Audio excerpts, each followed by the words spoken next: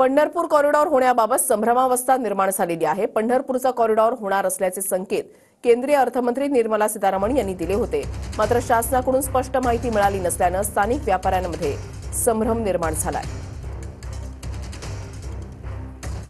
मंत्री निर्मला सीतारामन यांनी पंढरपूरच्या कॉरिडॉरबाबत खरं तर होणार असल्याचे संकेत दिल्यानंतर पंढरपूरमध्ये एकच खळबळ उडालेली आपल्याला पाहायला मिळते।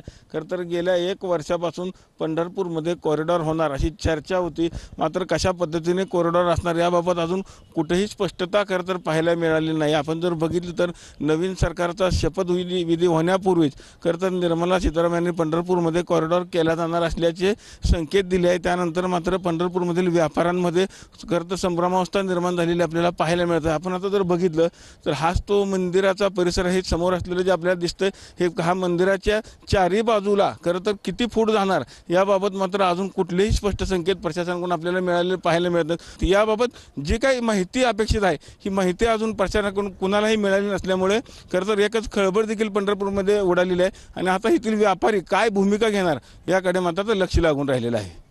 पंढरपुरातून कॅमेरामॅन जगदीश रवी लवेकर, TV9 मराठी।